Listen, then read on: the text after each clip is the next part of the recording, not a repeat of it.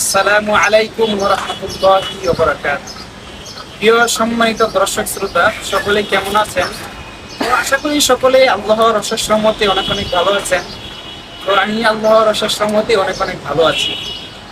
তো আমি এখন আপনাদের সামনে যে বিষয়ে উপস্থাপনা করিব তা হচ্ছে কুরবানি কি এবং তার ফজিলত কি।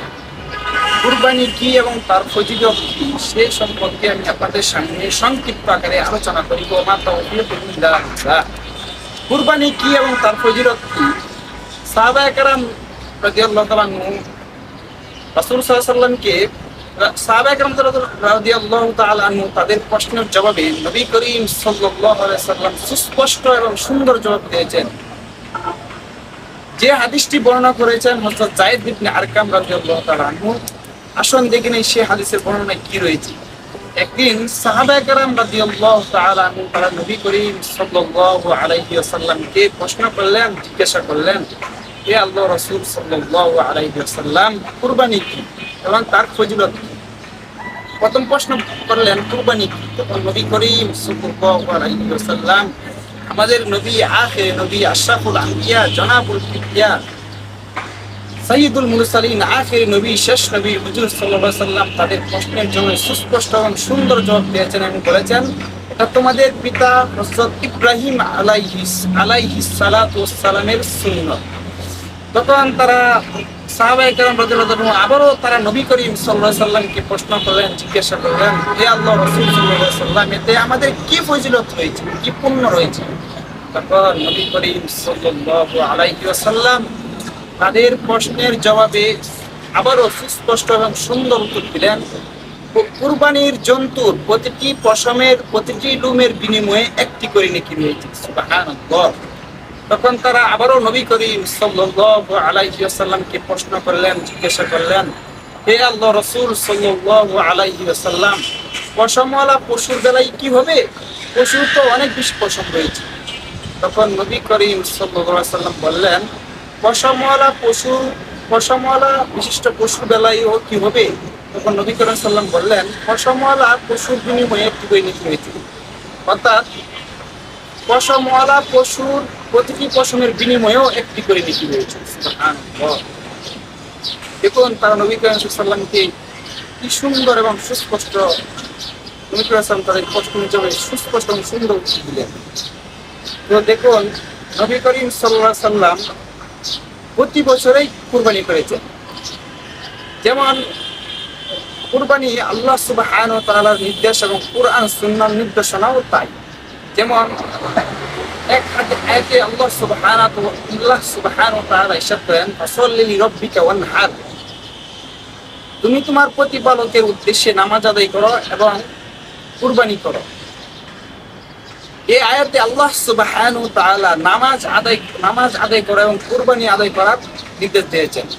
এবং এটা হযরত ইব্রাহিম আলাইহিস সালাতু ওয়াস সালামের সুন্নাত। এই কারণে নবী করিম সাল্লাল্লাহু আলাইহি ওয়াসাল্লাম কুরবানি হযরত ইব্রাহিম আলাইহিস সালামের সুন্নাত এবং নবী করিম সাল্লাল্লাহু আলাইহি ওয়াসাল্লাম এই দুইটি ইবাদত করেছেন সবচেয়ে বেশি। তিনি যেমন অধিক নামাজ আদায় করেছেন, ঠিক তেমনি তিনি অধিক পরিমাণে কুরবানিও করেছেন। কুরবান, যেমন কুরবান শব্দটি কি? আসলে দেখুন জিলহজ মাসের 10 থেকে 12 তারিখে কুরবানি, ভেড়া, ছাগল, গরু, মহিষ, দুম্বা ইত্যাদি জবাই করাই হলো কুরবানি। কুরবানি প্রত্যেক সেই বস্তু যার মাধ্যমে আল্লাহ তাআলার নৈকট্য লাভ করা যায়, আল্লাহর সান্নিধ্য লাভ করা যায়।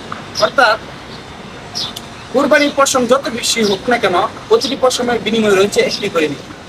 প্রিয় সম্মানিত দর্শক শ্রোতা, কুরবান শব্দটি কুরবান আরবিতে করবুন বা কুরবান শব্দটিতে উর্দু ও ফার্সিতে কুরবানি শব্দটির উৎপত্তি, যার অর্থ হলো সান্নিধ্য বা নৈকট্য লাভ করা। নৈকট্য বা সান্নিধ্য। অর্থাৎ কুরবান প্রত্যেক সেই বস্তু যার মাধ্যমে আল্লাহ সুবহানাহু ওয়া তাআলার নৈকট্য লাভ করা যায়। তো প্রিয় সম্মানিত দর্শক শ্রোতা, দেখুন রাসূলুল্লাহ সাল্লাল্লাহু আলাইহি ওয়াসাল্লাম কুরবানি প্রসঙ্গে একাধিক হাদিসে বর্ণিত রয়েছে। হযরত ইবনে উমর রাদিয়াল্লাহু আনহু বলেন, নবী করিম সাল্লাল্লাহু আলাইহি ওয়াসাল্লাম 10 বছর মদিনায় অবস্থান করেছেন এবং মদিনায় অবস্থানকালীন প্রত্যেক বছরই নবী করিম সাল্লাল্লাহু আলাইহি সাল্লাম কুরবানি করেছেন। অন্য এক হাদিসে বর্ণিত হয়েছে যে হযরত যায়েদ ইবনে হযরত আনাস রাদিয়াল্লাহু আনহু বর্ণনা করেন, নবী করিম সাল্লাল্লাহু আলাইহি ওয়াসাল্লাম দুই শিং বিশিষ্ট কালো মিশ্রিত দুইটি দুম্বা কুরবানি করেছেন। দুই শিং বিশিষ্ট কালো মিশ্রিত মেটে বা ছাই রঙের দুইটি দুম্বা কুরবানি করেছেন। অন্য এক হাদিসে নবী করিম বর্ণনা হয়েছে যে নবী করিম সাল্লাল্লাহু আলাইহি ওয়াসাল্লাম প্রত্যেক বছরই কুরবানি করেছেন, কোনো বছরই কুরবানি করা থেকে বিরত থাকেন। তিনি যেমন কুরবানির প্রতি অনুপ্রাণিত করেছেন, ঠিক তেমনি বক্তব্য দিয়ে কুরবানির প্রতি মানুষকে উদ্বুদ্ধ করেছেন। সম্মানিত দর্শক শ্রোতা, দেখুন আসলে উম্মতি মুহাম্মদের প্রত্যেক সামর্থ্যবানদের উপর কুরবানি করা কি সুন্নাহ, এটা আবশ্যক। দেখুন নবী করিম যে নামাজের মতো কিন্তু একটি স্বতন্ত্র ইবাদত। কুরআন সুন্নাহর আলোকে কুরবানির ফজিলত এবং সওয়াব অনেক বেশি। এ কারণে নবী করিম সাল্লাল্লাহু আলাইহি সাল্লাম তা পালন করেছেন এবং তা উম্মতি মুহাম্মদীর প্রত্যেক সামর্থ্যবানদের উপর তা আদায় করা আবশ্যক। তো আমরা যারা সামর্থ্যবান আছি, যারা কুরবানি যাদের উপর ওয়াজিব রয়েছে, তারা যেন কুরবানি আদায় করি। তো দেখুন উম্মতি মুহাম্মদীর প্রত্যেক সামর্থ্যবানদের উপর কুরবানি আদায় করা কিন্তু আবশ্যক। তো প্রিয় সম্মানিত দর্শক শ্রোতা, আমি এখন আপনাদের সামনে যে বিষয়ে উপস্থাপনা করেছি তা হলো কুরবানি কি এবং তার ফজিলত কি। তো আল্লাহ সুবহানাহু ওয়া তাআলা উম্মতি মুহাম্মদীর প্রত্যেক মুসলিম উম্মার প্রত্যেক সামর্থ্যবানকে কুরবানির ফজিলত পাওয়ার তৌফিক দান করুক এবং উম্মতি মুহাম্মদীর মুসলিম উম্মার প্রত্যেক সামর্থ্যবানদেরকে কুরবানি করার তৌফিক দান করুক। আসসালামু আলাইকুম ওয়া রাহমাতুল্লাহি ওয়া বারাকাতুহু।